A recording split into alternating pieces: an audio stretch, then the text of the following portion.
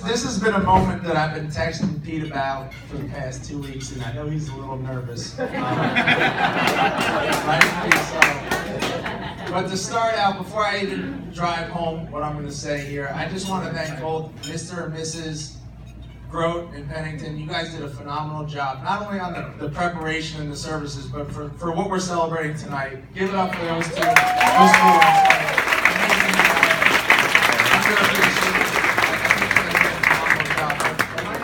My name's Corey. I've known Pete since late summer 1999. I met him at the last soccer practice before high school began.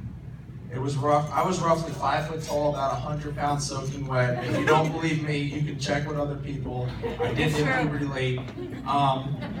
I was a JV on the soccer team as a freshman. I was pretty pumped about that accomplishment, and I'm really happy about it. But what people don't realize is we didn't have a freshman team, and they couldn't cut people from the JV. I don't really care what you think. I was a JV on the soccer team, and I saw this kid show up the last day of practice. He was wearing a Yankees baseball cap with a Bradley Beach tag on it, and a red Plainfield recreational t-shirt, which I would come to know very well over the past few years. And I was wondering, why is he talking to my varsity coach? And for some reason, he was about 5'10", 175 pounds, and Pete, how tall are you now? Yeah, it's amazing. He hasn't grown or gained a single pound since then.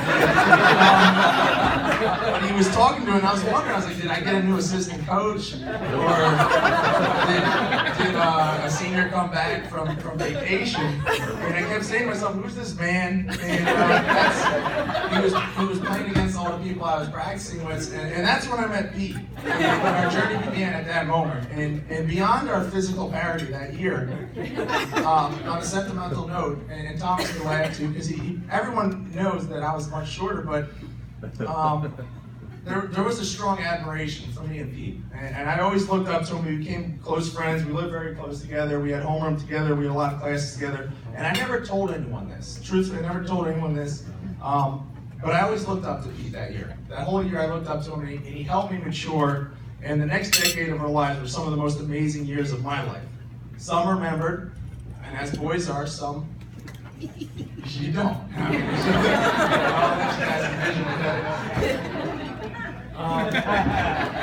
from wandering the malls at the weekend, to playing football on the farm, between parties at your house where your parents conveniently were gifted trips. I should probably stop here and say, Mr. and Mrs. Grote, thank you for being so willing to take those trips. Rebecca and Pete, you guys were so good at planning them. We had phenomenal times. Thank you. So let's give it up for Mr. and Mrs. Pete. That was amazing. To Pete becoming an internet sensation, that was awesome. To watching you helplessly run around Morgan's pool with his dog chasing you, and I never helped you at all. That was great. I don't know why his dog hated you, but maybe Blaze can tell us later.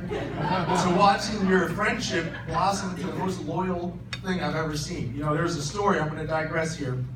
There was a time when Morgan and Pete, they came to visit me when I was a freshman. And I had something I had to do, and they had nothing to do, so I left them with a fridge full of beer. And for some reason, on my way back, Pete thought I was in trouble. It was like a Lassie moment. Like, he thought I was continuing well, and Pete was like, "Oh no, Corey's not doing well." And Pete was at this point in his life, Pete was about 10% James Bond, 10% Jack Bauer, and 80% wrong. And, as you know, it only made matters worse. But your heart was in a good place at that time, and I thank you for the community service I had to do. I really needed that. But overall, to all the memories where it was just us hanging out on your porch, just being ourselves. As you get older, you think about all the times and how simple and beautiful life was back then. But as the next 10 years passed, a bomb was dropped on us. Something was dropped upon us by our little Petey. He told us he was packing up and moving to the West Coast to live his adult life.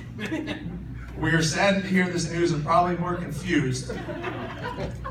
And I don't think I was the only person confused. One of our best friends was leaving us for what seemed to be a lifetime. The time dragged when Pete was gone. Minutes seemed like hours. I guess you guys know how this ends, but hours seem like days.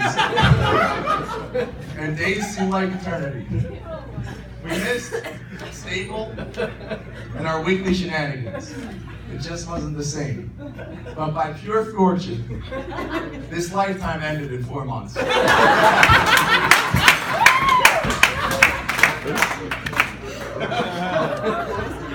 I guess I was the only one that found this one.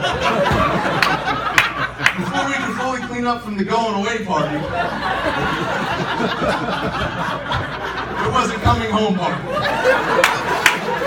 It was awesome. He returned, though, however, somewhat different. His verbiage was drastically longer. His desire to sleep grew from, don't call Pete before 12, you gotta wait till 3 p.m. And his hair, it was beautiful. It was absolutely beautiful. But while a California-style boy in Jersey was entertaining, his look was just, at that moment, I don't know a nicer way to say it, just too much further ahead of his time. We didn't know how to tell him. However, as love usually does, and it has, as you can see, love, we're here because of love. While Pete was on one of his many, at this time, Save the Earth campaigns, he met a girl named Blaze. And in my head, this was all too perfect, okay? And Blaze, I'm gonna embarrass you a little bit here, okay? I'm gonna spotlight you here, because I read an Instagram post a little bit over a year ago, and I was like, this is just too perfect in so many ways. And I'm gonna read it, and I was thinking about like doing it as if I was Blaze. And I realized like how I would envision Blaze saying this is really not how Blaze says it, but it's just too great not to pretend. 5 years ago today, at the first day of my summer job, I met a cute boy named Pistol Pete. And I'm gonna digress here because I've had many nicknames for Pete. And I've never heard Pistol Pete. And I'm gonna accept this as just a you thing. I'm never gonna ask. I'm not gonna ask why there's a Pistol Pete. I don't know. Okay? But no, we're gonna let that be there. But as she said, I met a cute boy named Pistol Pete. He was sitting at a table eating a fruit bowl from 7-Eleven.